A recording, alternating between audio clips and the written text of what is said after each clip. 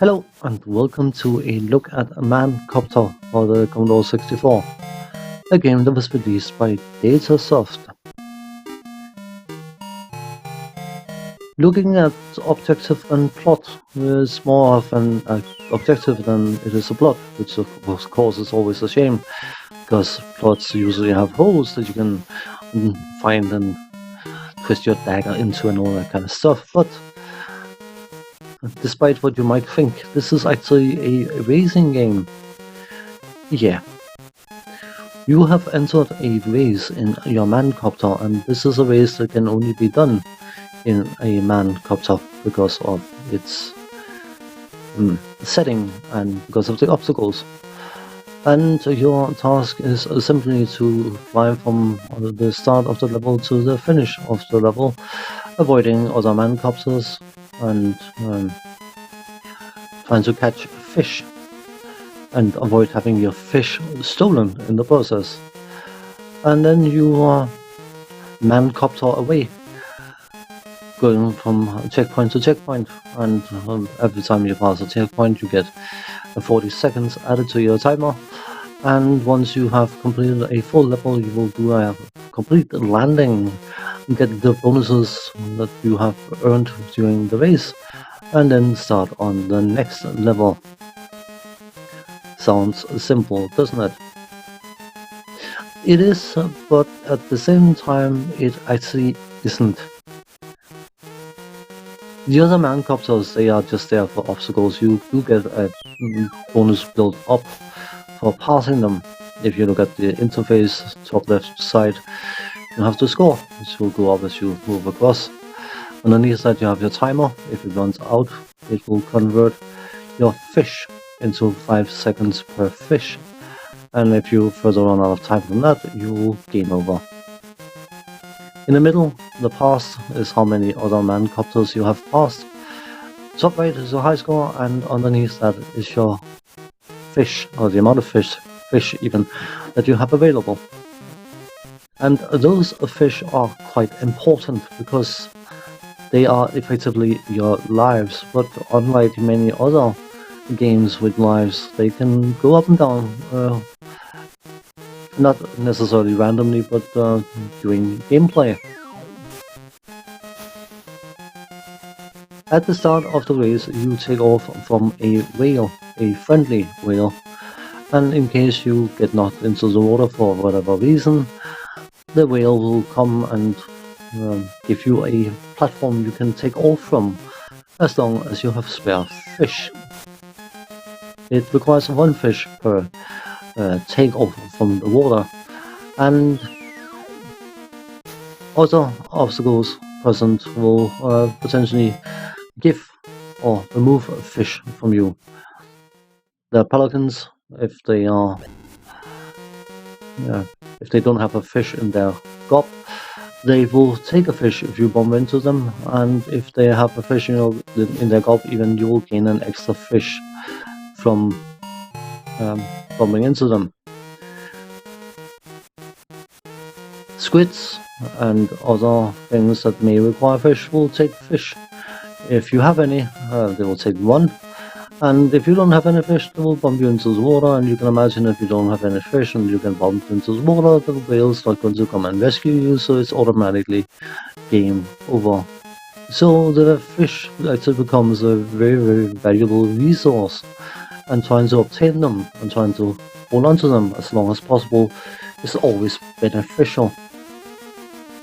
As you would likely expect from a game of this type, as you progress through the stages, things will become more and more challenging. You'll have more Mancopters in the air, and they will be more or less aggressive. And other things will start appearing, and later on you can get lightning clouds and all sorts of other good stuff to keep you entertained. Some point during the different sections you will bump into a mangrove, apparently, which is a bunch of trees in the middle of the water, and you have to very, very carefully navigate around those sections, because of course you can't fly through the trees, so you have to fly under the branches and all sorts of things, and that in and by itself is a challenge, but of course that you have other obstacles popping up at the same time, it just adds to the challenge. So, yeah. Speaking of, here's one such mangrove thing. Anyway, let's do the technical aspect. Bear in mind, of course, this is a game from 1984. I think it's worth mentioning. And with that in mind, graphics-wise, this doesn't actually look half bad. It looks a bit cutesy, to be honest, and everything flows surprisingly well. I mean, it is a bit simple, it's not exactly high-tech graphics, but all in all, I'm very, very happy with the graphics. It is a bit wonky that your Mancopter's propeller is not moving very fast and everyone else's are, but I suppose that is just a minor thing. Sound-wise, the music is enjoyable, but it repeats extremely quickly and possibly becomes very, very repetitive after a while.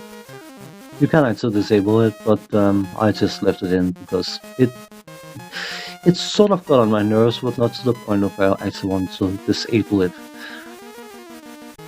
For the time, the tune is of a good quality, even though it is relatively simple and relatively quite quickly repetitive, or repeating itself, I should say. And not unhappy with the music even.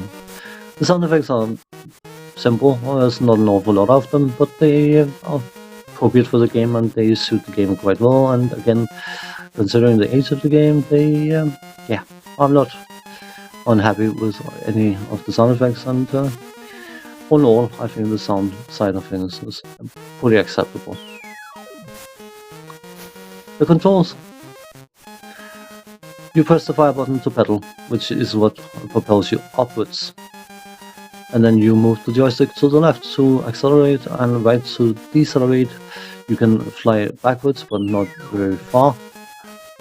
And that's about it.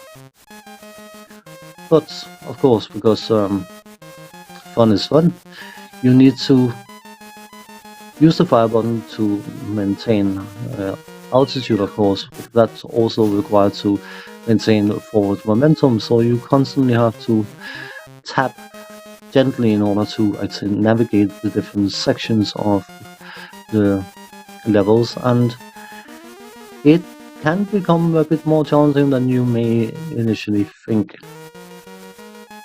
The controls are absolutely responsive, and I have no complaints about the controls, but it requires a bit of practice to get fully used to. The gameplay.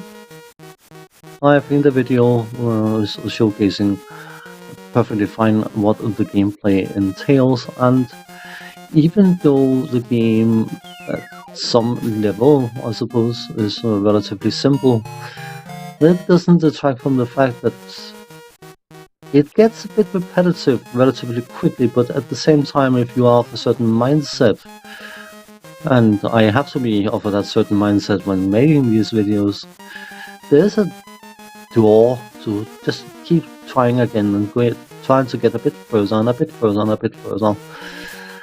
Eventually it's probably going to run out and probably not going to be overly exciting, but I will say overall that considering the age of the game, it is surprisingly enjoyable, and I've definitely felt it was worth showcasing on the channel.